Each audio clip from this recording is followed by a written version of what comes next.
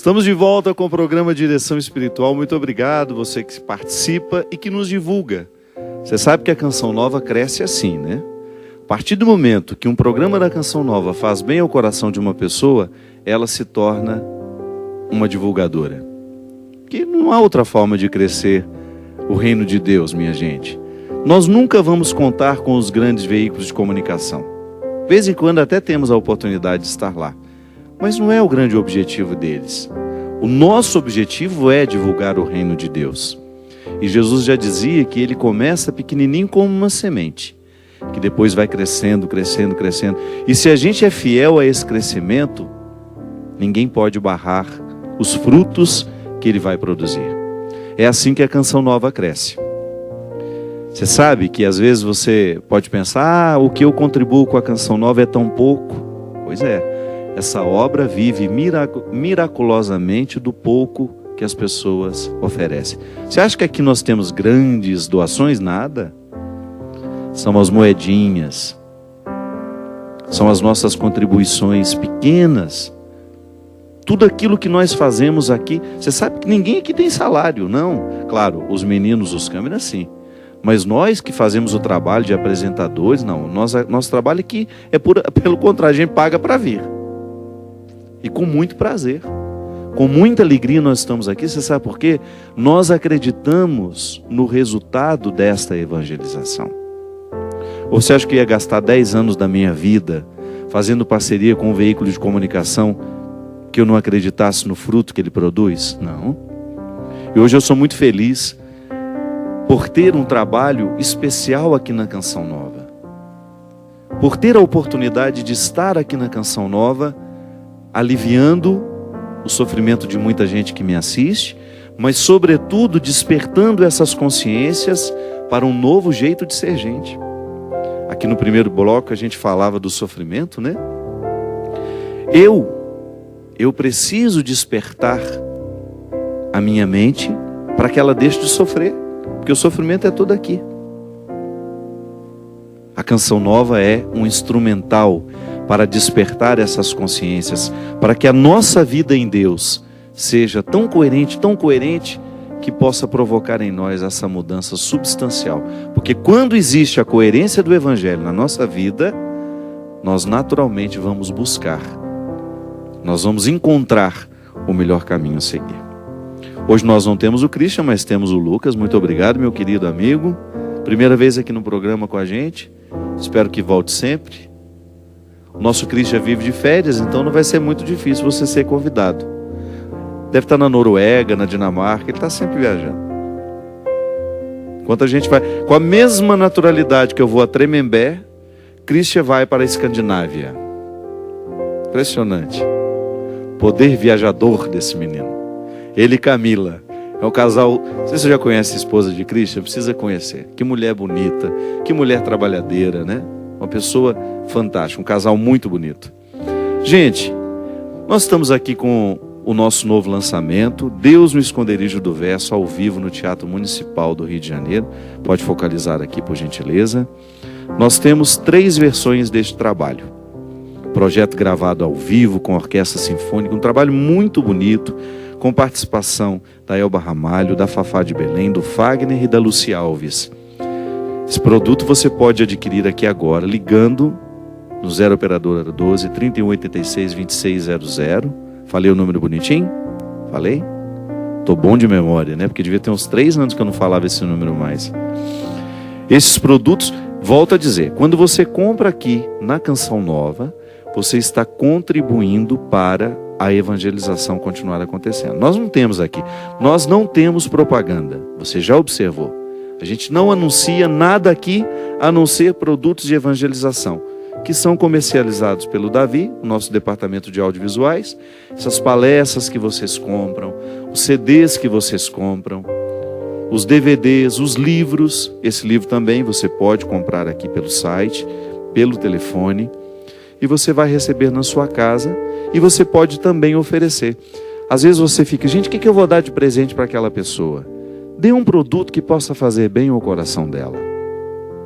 Uma boa música, uma boa leitura. Estava dizendo, esse produto ele tem 3 versões. O DVD simples, que está aqui. o CD ao vivo, que está aqui, e esse kit ostentação. Gosto de brincar que é um kit ostentação, porque olha que tanto de coisa que tem nele. Tem quase uma escritura de uma casa aqui também, olha. Aqui você tem o DVD e 2 CDs ao vivo. Porque aqui, na verdade, nesse CD você não tem o show completo. Tem algumas músicas só.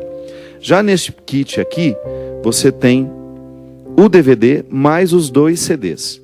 E tem também aqui alguns postais para você dar à sua tia, sua avó, sua vizinha, que gosta de mim, é claro, né? Tem vários postais para você oferecer às pessoas que você ama. Então colocar lá no túmulo do seu pai, com uma oração, uma coisa assim. Kit ostentação. Claro que você não vai falar assim quando você ligar. Você fala que você quer o box completo. O kit ostentação é uma brincadeira que eu faço, viu? Quero convidar também a Canção Nova, em parceria com a Obra de Maria. Ela realiza viagens evangelizadoras. E com essas viagens, também a Canção Nova e a Obra de Maria mantêm as suas obras, seus trabalhos. Canção Nova não só é um trabalho de evangelização, como também assistencial. Se você vier à Cachoeira Paulista, você vai ver as obras de caridade que a cidade recebe através da Canção Nova. E eu estou programando uma viagem com vocês a partir do dia 18 de outubro. Vocês viajarão na minha companhia.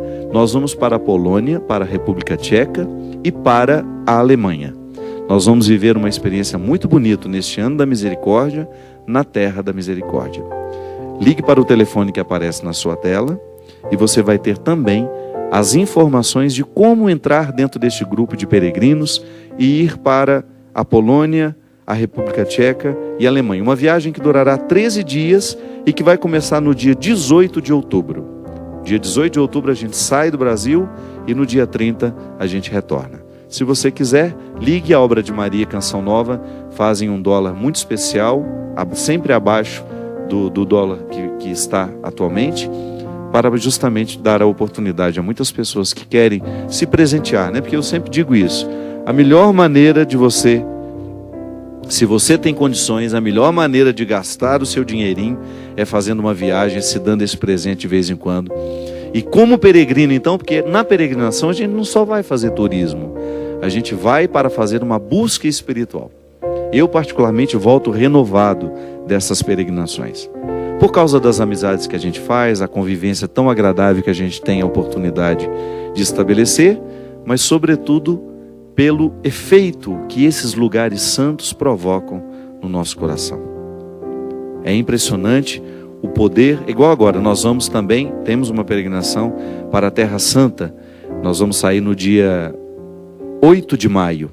Se você quiser viver Pentecostes em Jerusalém, junto comigo também, junto à comunidade Canção Nova, num grande congresso, claro, teremos a viagem também pelos lugares santos, pela Galileia, vamos aos principais lugares da vida de Jesus e depois vamos finalizar essa peregrinação de maio em Jerusalém, no congresso de Pentecostes. É uma noite muito especial. Passar Pentecostes em oração em Jerusalém é sem dúvida um privilégio que quem sabe você tem a oportunidade de se proporcionar. Então ligue também, além da viagem da Polônia, você pode ser que esteja em cima para você, mas quem sabe ainda dê tempo de você se programar e ir conosco para a Terra Santa viver Pentecostes lá. A gente estava falando que o sofrimento, ele é produzido na nossa mente, né? Tudo aquilo que você sofre porque passa pelo seu pensamento. Eu sei que no dia a dia a gente costuma referir-se ao coração como a sede dos sofrimentos. Mas não, isso é apenas uma maneira, uma metáfora. O coração como lugar do amor, do sentimento, por causa de ser ele o centro da vida, né? É o coração que joga o sangue, que distribui o sangue para o corpo. Então há todo um significado. Mas é na mente que as coisas acontecem. É interessante porque às vezes o nosso sofrimento, ele é fruto justamente do nosso pensamento. Muitas vezes, não sempre, né? Você corrige o pensamento, você naturalmente corrige o sofrimento. Eu posso muitas vezes estar sofrendo porque eu estou interpretando uma realidade de maneira equivocada. Isso é uma maneira elegante de chamar o outro de burro, né? Compreender de maneira equivocada é a gente ser burro, é a gente deixar de lado a inteligência e ser movido por uma bobagem, muitas vezes por um sentimento mesquinho, bobo. É igual quando você tem um ciúme infundado. O ciúme faz sofrer, provoca sofrimento na vida da pessoa. Sofrimento é fruto de insegurança. O ciúme, ele nasce da insegurança que a pessoa tem. E às vezes a pessoa perde noites de sono porque está sofrendo enciumada. Aqui, ó, é aqui que a gente corrige, né? É na cabeça. É quando você começa a olhar para o outro de um jeito diferente e você corrige dentro de você. E vai fazendo esse movimento bonito.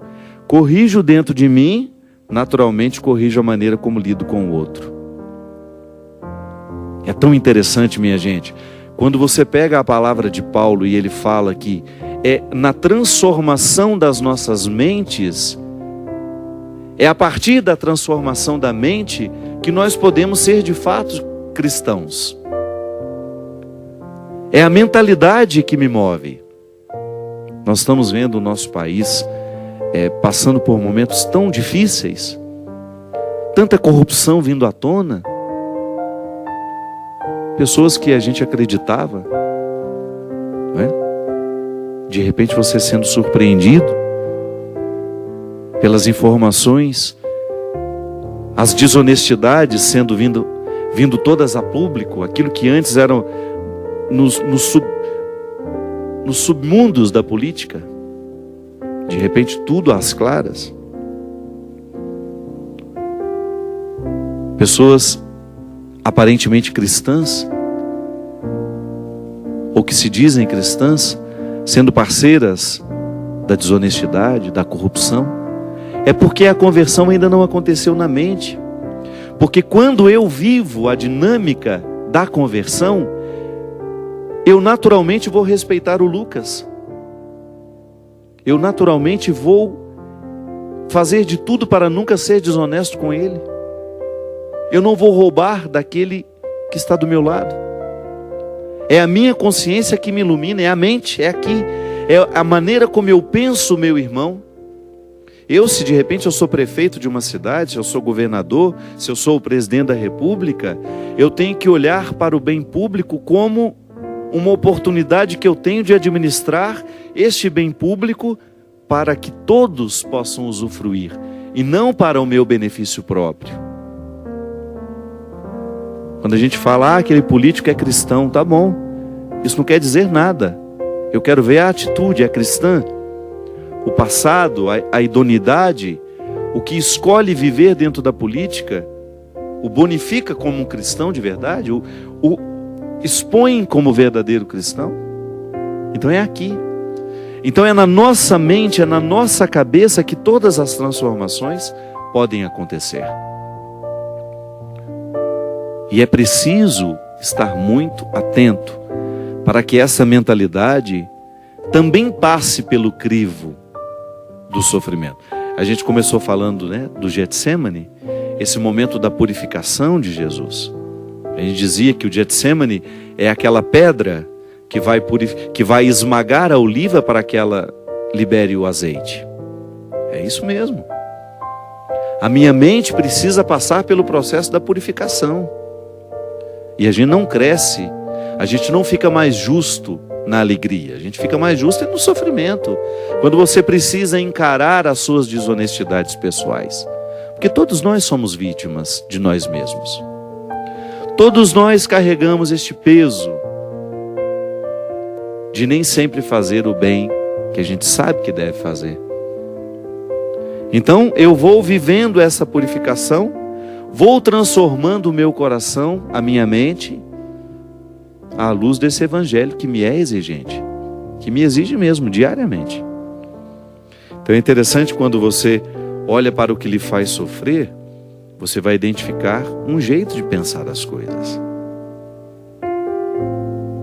E quando você se dispõe a modificar a maneira como você pensa as coisas, você inicia um sofrimento purificador, que vai lhe arrancando daquele processo opressivo que até então você estava.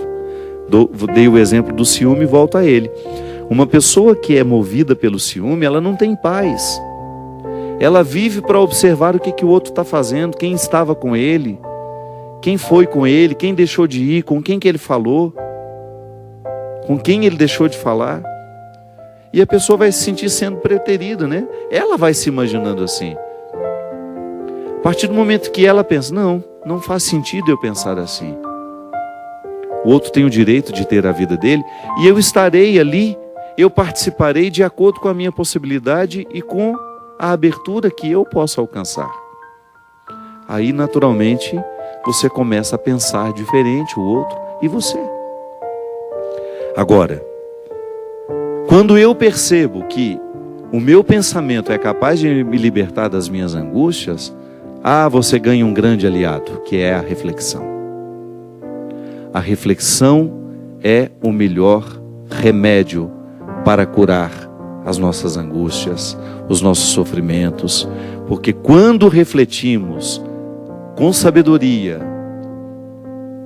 com equilíbrio, a gente tem uma possibilidade de expulsar de nós os sentimentos opressivos. Dá certo, viu? Eu sei que pensar ultimamente tem sido difícil, porque a gente chega tão cansado em casa, a gente vive com tanta correria, que nem sempre nos é possível parar, fazer uma reflexão da vida, ou fazer uma oração que lhe faça refletir a vida. Porque às vezes a gente vai para a oração, mas a gente vai com tanta coisa para pedir, que não sobra tempo para refletir.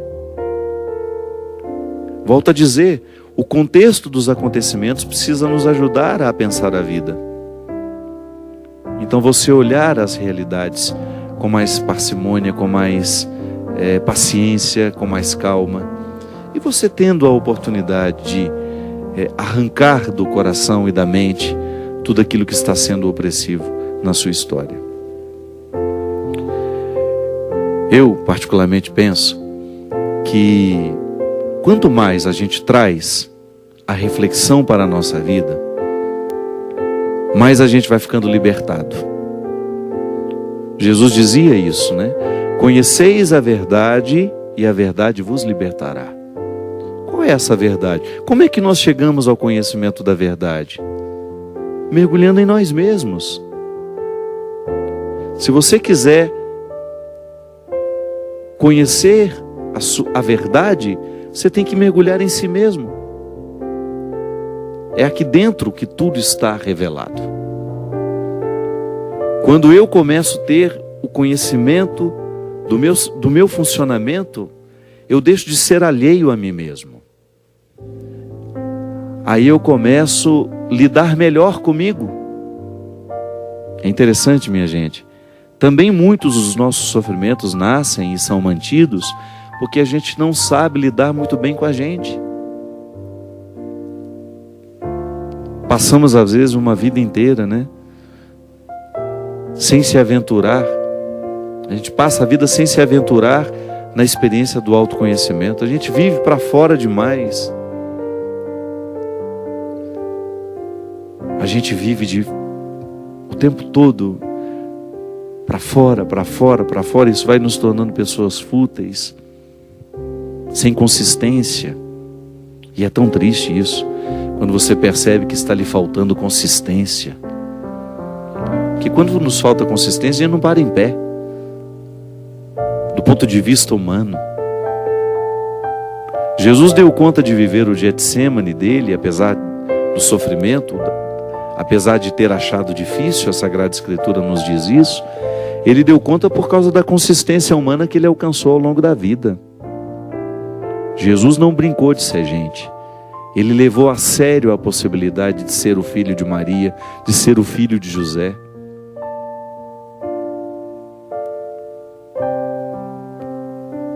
Ele enfrentou a sua humanidade. Lapidou diariamente essa humanidade. Ou você acha que ele não teve as mesmas dificuldades que nós? Claro que teve. Ele também perdeu a paciência. Ele também experimentou a intolerância nele, claro.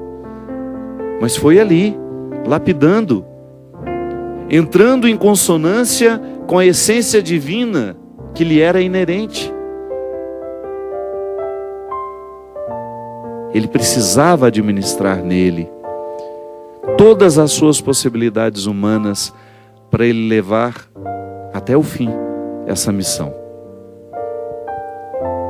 E para ser capaz de convencer os que estavam ao redor.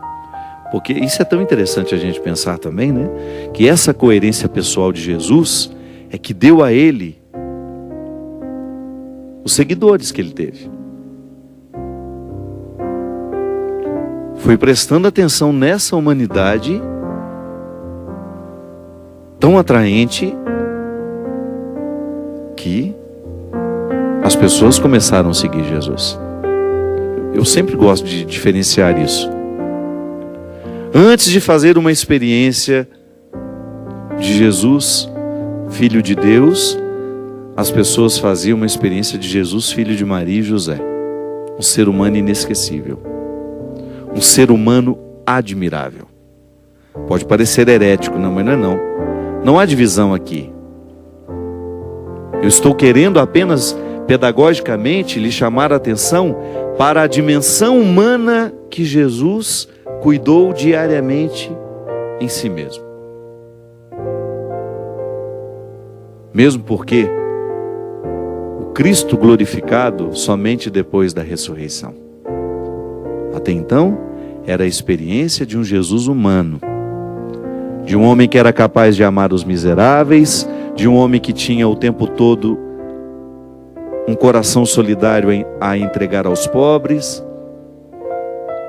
de um homem que era capaz de se aproximar dos leprosos, das prostitutas, dos ladrões, que tinha palavras bonitas, transformadoras, que tinha um discurso atraente, porque apresentava uma nova maneira de ver o ser humano e Deus, e tinha uma maneira diferente de interpretar o ser humano na relação com esse Deus.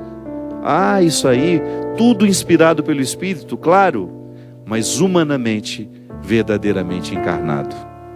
Um ser humano inesquecível. Um ser humano formidável, poderíamos dizer. Um ser humano com coragem, um ser humano com determinação, que fez da sua oportunidade humana uma experiência divina. Porque eu vivo aqui o mesmo desafio. Eu também tenho a filiação divina. Claro, diferente de Jesus, mas eu estou mergulhado pelo meu batismo nele, você também está.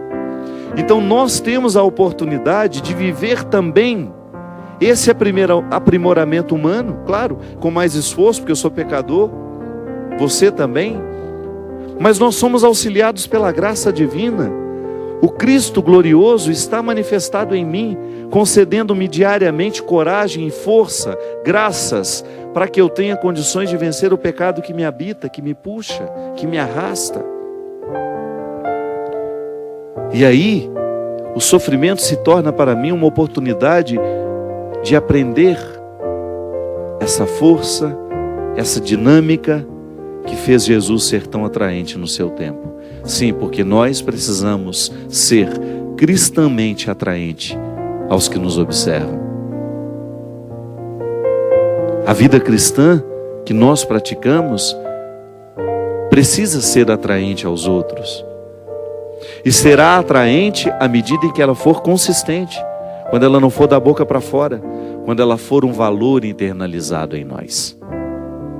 Quando ela for de fato uma maneira de pensar, um jeito de ser, que nos leva adiante, que nos faz estar no mundo e para o mundo com a mesma missão que Jesus esteve.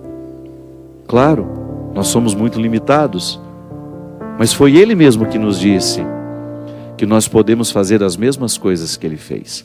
Nós também podemos expulsar o demônio do mundo, nós também podemos expulsar a injustiça do mundo, nós também podemos proclamar a verdade e estabelecê-la como uma regra de vida. Basta a gente ter disposição de sofrer toda vez que for difícil ser assim. Não ter medo do sofrimento que nascerá desta opção cristã. Sim, para eu ser cristão, eu preciso sofrer diariamente os desafios da vida cristã. Ah, mas o fruto é muito bom, porque a gente se torna uma pessoa muito melhor a partir dessa luta. Derrame sobre nós, sobre os nossos corações, sobre as nossas vidas, a bênção e a proteção do céu, do Deus Todo-Poderoso, Pai, Filho e Espírito Santo. Amém. Até a semana que vem, se Deus quiser. Sinto essa mão que comigo está quando não tenho forças. É a mão que vem me levantar quando chegam as provas. Foi essa mão que ajudou Moisés a dividir o mar em dois. É a mesma que hoje me acompanha, a mão de Deus. Sinto essa mão que comigo está quando não tenho forças. É a mão que vem me levantar quando chegam as provas. Foi essa mão que ajudou Moisés a dividir o mar em dois. É a mesma que hoje me acompanha, a mão de Deus. É a que me sustenta quando eu vou cair, é a que me dá forças para resistir, a que me alcança e nunca falha, que move com poder, é a que me sustenta quando eu vou cair, que me dá forças para resistir, a que me alcança e nunca falha, me move com poder.